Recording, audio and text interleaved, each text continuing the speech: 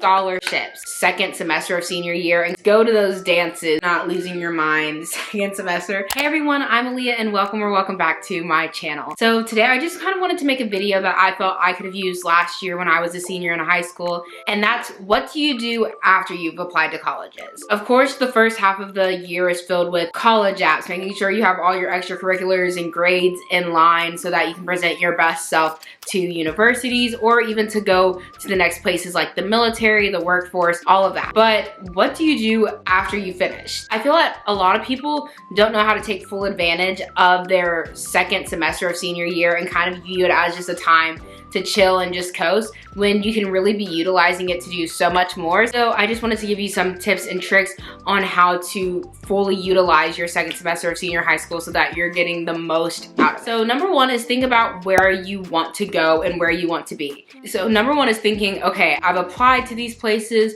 or even if you decided that you didn't want to apply to college, what are your next steps and how are you going to get there? Of course, for some people, it's not going to be immediately after high school. You're going to be doing your things. So for some people, that is. So make sure that you're preparing yourself not only in school, but mentally and financially and just responsibility-wise preparing yourself for those next stages. For me going to college, it wasn't just in August, let me make sure that I'm emotionally prepared and like ready to do this thing.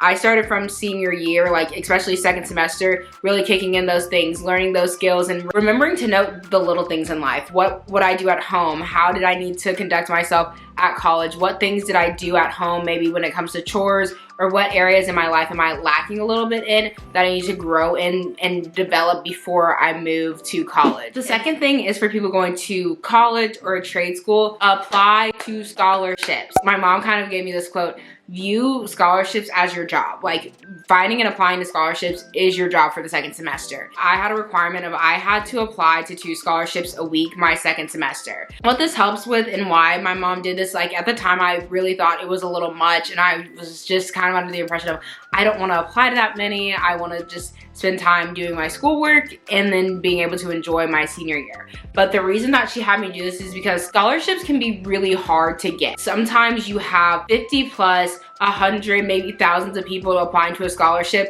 that might have like 1, 5, or 10 opportunities. So the more scholarships you apply to, obviously by nature, the more chances you have to get them. For me personally, I know that the scholarships I got the most of were local scholarships, so whether that was my high school or the city I lived in. So I strongly suggest applying to scholarships based on your area, and also scholarships that are niche based. They are provided to you for a reason. I applied to a scholarship for a young Black woman and I got that scholarship. If you can find things that are specific to you, whether that's a part of your identity or whether it's a part of your interest, there are some scholarships that are just for people who are interested in engineering, who are interested in business, architecture, the list goes on. So find those things for you and apply to them. And then there's some scholarships that are really broad. Apply to those as well. Like diversify your pick. That is just the advice I have when it comes to scholarships.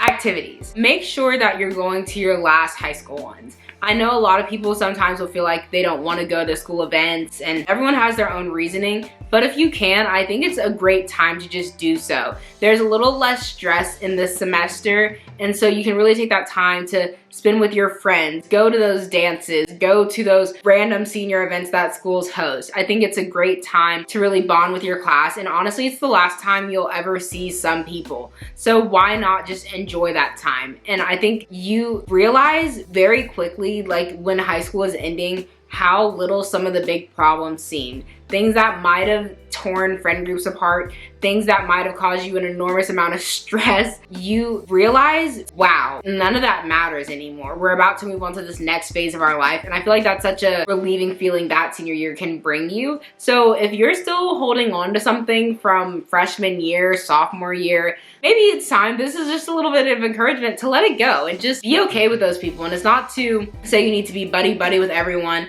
but you just start to realize some things are just not worth the built up emotion or held in emotion, and you can really enjoy some more of your time in high school once you start letting those things go. I know I just got a little deep there, but that's just something that I feel like needed to be said, shared. Hopefully it's helpful. And the last thing is to balance. Yes, I just said to apply to scholarships and prepare yourself for the next steps and do activities, but make sure you're balancing these things. Make sure that your schoolwork is still getting done because, guys, I know that senioritis, it's real. It is so real. Last year, there were times where I seriously would sit in classes and not want to do a single thing. But just stay on top of yourself, stay motivated, because at the end of the day, colleges do care about what your grades were to a certain extent for the second semester. So make sure that you're just still staying on top of those. You don't want to get into a habit of being lazy and then having 3 months off of summer and then going to college where the workload can be more difficult. So the best way you can set yourself up for success is to continue practicing those good habits,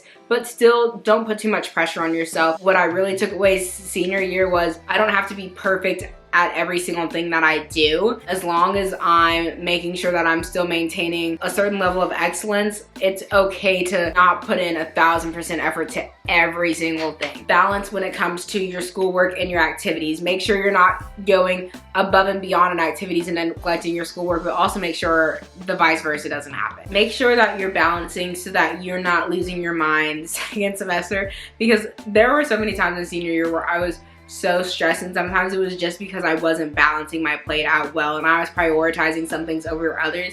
Like, as long as you're prioritizing what you need and you're balancing out the things in your life, I promise you it'll make things just so much easier and you can make it through. I hope this video was helpful. I try to give the best information that I could. If it was, make sure that you give it a like. I'm gonna be posting more Notre Dame content so soon, which I'm so excited about. Comment down below what videos that you want to see. I'm really trying to figure out the college style of YouTube. I literally posted, I think, 3 times in 2023. That's actually terrible. So I'm trying to get back on that, which I mentioned last video. But I am just looking for some different ideas to do. So if you have anything, let me know. I hope that you all have an amazing rest of your day. Don't forget to be a ray of sunshine. I will see you guys in the next one. Bye.